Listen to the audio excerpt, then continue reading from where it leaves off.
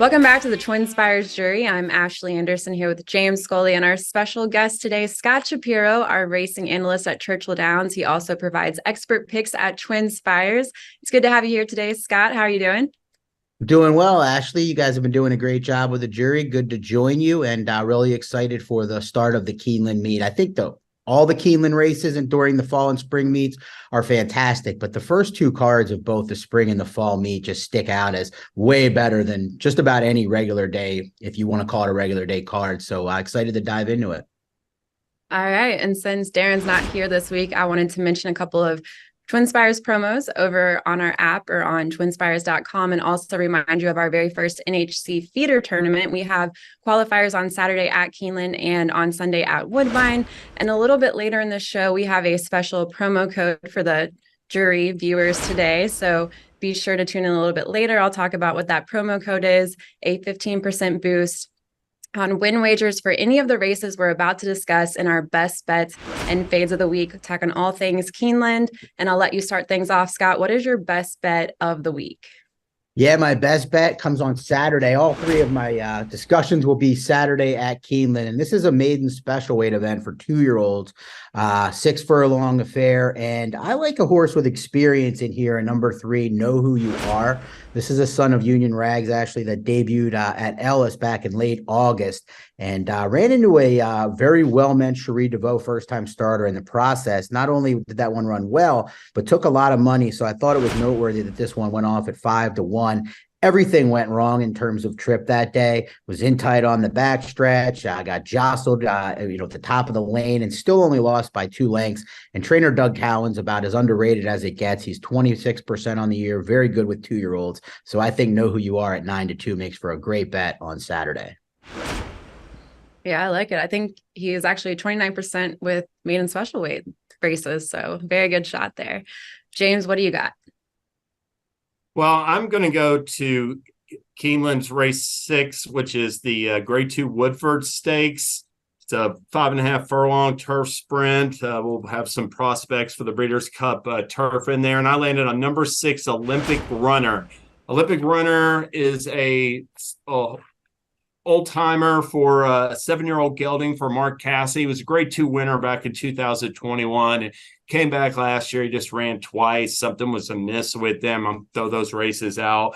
Casse brought him back this year, dropped him down in class earlier in the year, and he started turning his form around. 2 starts back at Colonial Downs. I thought he was super impressive, winning an allowance race by open lengths that day at 5.5 furlongs, same distance as the Woodford. And then last time in that turf sprint, that was a 6 furlong race at Kentucky Downs on September 9th. I've been watching Kentucky Downs for years. Never seen that turf course as biased towards speed as it was on that Kentucky Turf Cup day. All the winners were front running. They got to the Kentucky Turf Cup, a 20-1 long shot led wire to wire by 5 lengths. Olympic Runner was 10th turning for home. He came flying on the outside to get beat a half length. I think on any other day, he may have won that at Kentucky Downs. He may have won that race. And this is a field where there's no real standouts in this year's Woodford. We've gotten some Woodfords in the past with Golden Pal and some really talented Grade 1 types on the turf sprinters. None of those runners are in there. The morning line favorite is exiting a 28-1 upset in Europe. I'm not buying Living the Dream at this 5.5 furlong trip. There's plenty of speed entered. I like number 6 Olympic Runner from off the pace, Ashley. Yeah, I'll be talking about Living the Dream in our fades of the week. And I'm going to go to race 4 at Keeneland with number 1 Wallachia at 7-2 on the morning line. This is a 4-year-old filly, drew the rail among a field of 12.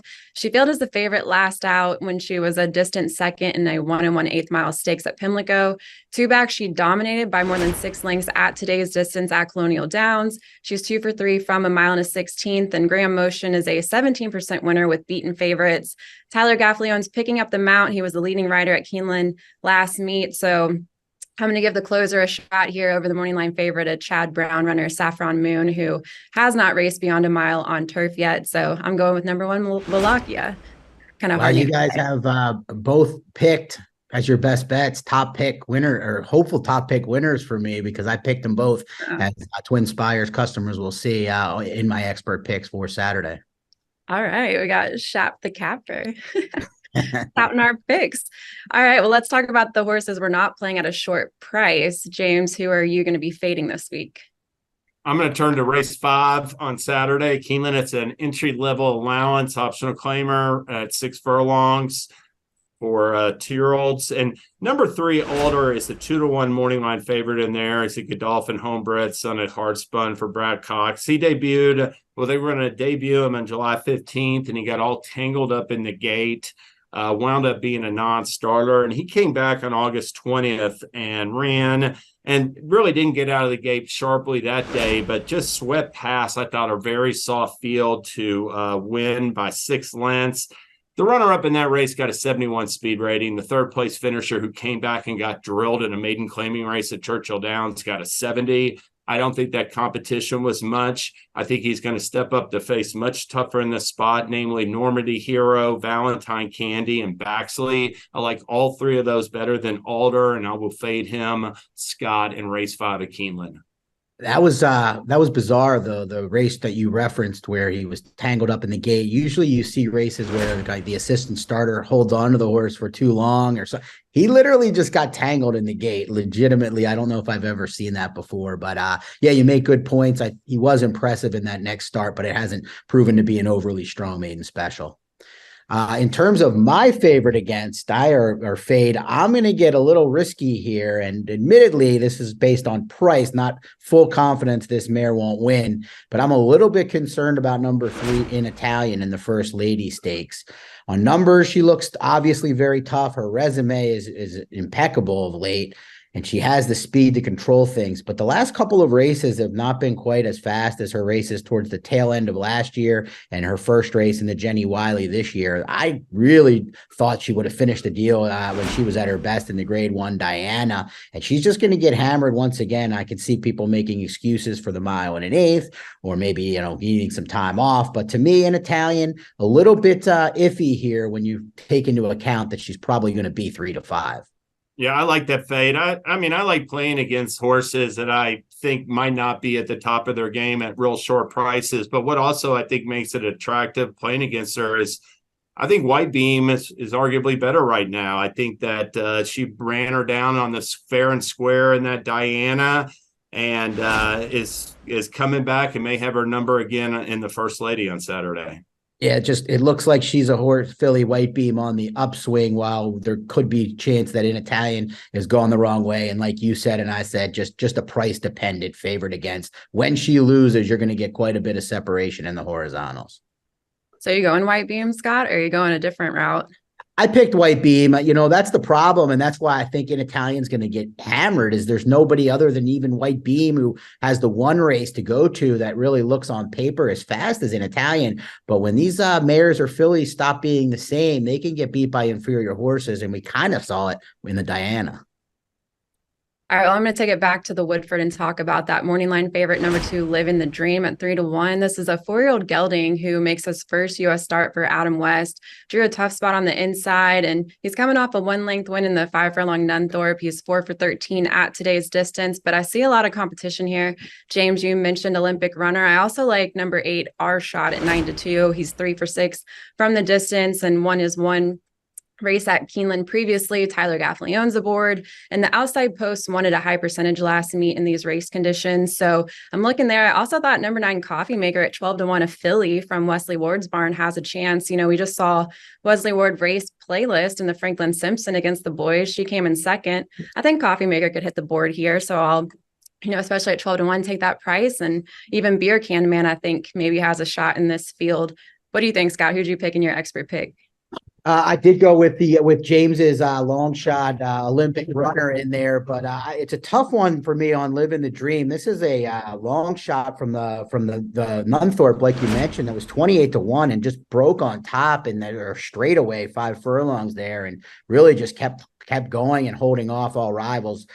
Generally, these horses don't have the same caliber of speed as Americans. Generally, though, we'll see what Living the Dream can do. This was Adam West, just the trainer, as you mentioned, his first group level win overseas, and now he ships a runner over to the States for what I believe might be the first time. Yeah. He's an interesting story, kind of fun story. He's 34, shares a name with Batman, but yeah, I don't know. He's up against it, I think, with his field. And real quickly, I wanted to mention we talked about a special promo code for jury viewers this week. And if you head to TwinSpires and use the offer code, the jury, all one word and all caps, you'll get 15%, a 15% boost on your first win wager in any of these races we just talked about for our best bets and fades. So use that promo code. And if your horse comes through, you don't have to bet the horse that we have picked, but if your first win wager comes through, you'll get that 15% boost with the jury, all caps, one word. And all right, what else are y'all going to be watching for this weekend? What else you got at Keeneland, Scott? Well, I'm intrigued by the race 7, which we haven't gotten to yet, and it's the Thoroughbred Club of America Stakes. I don't know if there's any, top of the division type fillies or mares in here, but I'm interested to see if Wicked Halo bounces back. This is a filly that was very good towards the tail end of last year, including a big win in the Raven Run over this course almost a year ago, but she hasn't been the same of late. Really didn't show up at all at 2-5 in the Open Mind back on September 16th at Churchill. But the fact that she's coming back so quickly leads me to believe that Steve Asmussen kind of either figured out what she needed to do, or maybe, she needed that race. But for him to bring her back so quickly, I wouldn't be so quick to dismiss Wicked Halo, even though I did pick Last Leaf. I thought she broke poorly too last time off of that freshening, that 2-month. I thought she was in such good form, Wicked Halo, off that runner-up in the Derby City Distaff and then in the Bed of Roses. And then it's like, to me, Steve Asmussen really didn't know what to do with her. He has Echo Zulu, he has Society. He didn't want to run her apparently in those same races as them. He ran her a month later in that stake at Ellis and then gave her 2 months off. That race, like you said, Scott, the quick turnaround, her affinity for Keeneland last year, romping in that Raven Run, makes her pretty formidable in my eyes too. For my what else, Ashley, for my what else, I'm going to turn to the, first off, I want to mention I got my Keeneland shirt on for opening weekend. It can be a little too cool for a polo out there, but wore it on jury taping. In the Coolmore Turf Mile, $1 million Coolmore Turf Mile, a winning you're in for the Breeders' Cup mile. It's at race number 10. Tomorrow on Saturday. Number 5, Up to the Mark, is coming back for Mike Rapoli, St. Elias Stable, and Todd Pletcher. This 4-year-old colt really was, I thought, the first half of the season, his transformation to the turf was really remarkable. He switched surfaces in January, won an allowance at Gulfstream, then won another allowance. He ran third in a really deep edition of the Maker's Mark Mile, his first stakes race. And then he pulled off just these convincing wins in the Old Forester Bourbon Turf Classic on Derby Day and in the Manhattan Stakes in the Belmont Stakes undercard. He had the exact same pattern as Bricks and Mortar back in 2019, coming off a 1.125 mile wins. They ultimately pursued the 1.5-mile turf. But Bricks and Mortar went on and ran in the Arlington Million and another prep, whereas with the Up to the Mark, he missed like 2 months of training time, had like a slight issue. He's come back and he's put in a bunch of works for Todd Pletcher in preparation for this race. So what they're going to do with Up to the Mark is aim for the Breeders' Cup mile. It looks like going to cut him back in trip. And I'm excited to see him. His main rival is Master of the Seas for Appleby. I thought his win in the Woodbine Mile was just okay. Didn't think he beat much in there. And if Up to the Mark's back in form, he's the horse to beat in that race, Scott, in my mind. Yeah, these are the kinds of races, this group of horses where I very, very often have real strong opinions. I think Master of the Seas and Up to the Mark are the ones to beat in there. And Set Piece is in great form. He'll appreciate the cutback, but I'm going to use several. All right, and I'm going to take it over to the Breeders' Futurity race 9 at Keeneland on Saturday. And I wanted to mention we have a first crop sire in Vino Rosso who will be represented by number 1, the Wine Steward, at 8-1. This is an unbeaten 2-year-old from 3 starts and clocked a 97 Brisnet speed figure last out, winning the funny side at 6 furlongs, drew the rail post, which won at a 24% clip last meet, and has Luis Saez aboard, second leading jockey from last meet. Of course, number 9 Locked at 7-5 is the horse everyone's watching out for. had a 105 brisnet speed figure winning at a mile last out, but I think the Wine Steward's an interesting alternative to play here. Don't know what it's going to do first time at a route distance, but certainly bred to enjoy the distance. And wanted to mention too that TwinSpires Edge every year covers a number of first crop sires. Last year, we covered Good Magic, who was responsible for Mage winning the 2023 Kentucky Derby. We had Keen Ice 2 years ago, covered him as a first crop sire. And then we had 80-1 Rich Strike in the 2022 Kentucky Derby. So might have a winner this year. I'm covering Vino Rosso. And James, I know you're covering another. Flame away. Oh, okay. Yeah. We've got Omaha Beach. We've got about 5 or 6 of them covered, though, like Ashley said. And Vino Rosso, I mean, not only the wine steward, Ashley, but he's got a bunch of 2-year-olds in stakes at Santa Anita and elsewhere. He's really starting to come on. We've seen Omaha Beach do well this summer and into the fall. So, those Vino Rossos look like they can run a little bit to me. Wow, no discussion of the 2 Cox runners. I mean, Timberlake, I think, is the Derby favorite right now. He's cross-entered to the Champagne though. That's a good point. I'm not totally on top of it, but either way, Awesome Road, who was awesome. I know it was at Ellis. Some of those, this is a note to everybody having followed the Ellis meet from start to finish. Some of the maiden special weights, like the one James referenced, weren't strong, but take each at its own value, because that was a really good race. The runner-up Stronghold, who battled with Awesome Road and separated from the field, came back to win easily at Churchill Downs. And I think either of the Cox runners merit major respect in here, both in this race and as we move forward as top 2-year-olds into 3-year-olds. Yeah, that's a fair point. I'm excited for those 2-year-old races. I mean, you're going to see Locked, the gun runner for Pletcher and that Breeders' Futurity. He's got to overcome an outside post, and he's got Fierceness in the Champagne. It was another big open length winner, but definitely got some quality rivals, it looks like, on paper. And I thought the Hopeful was a little underwhelming. So excited to see some big time performances in these 2-year-old male stakes this weekend, Scott and Ashley. Yeah, these are the best. These are really, really good races. Sometimes they come up full fields, but without the top tier. But I think both the American Pharoah, the Champagne, and the Breeders' Futurity. Yeah, the Breeders' Futurity, but as well as the Philly race on the Alcibiades. Yeah, both of them are really serious top contenders. My bad for spacing the name there. Alcibiades has the second and third choice potentially in the juvenile fillies. VV's Dream and Brightwork, of course. Got Tamara out west waiting in the wings for him, but both fillies are just so super, coming off superb wins. That'll be a great race. He'll just got the Spinster on Sunday as well at Keeneland, I'll mention. It's going to be a great opening weekend. Agree. And thanks, Scott, for joining us again this week on the Jury. And be sure to check out his expert picks at TwinSpires this weekend for Keeneland.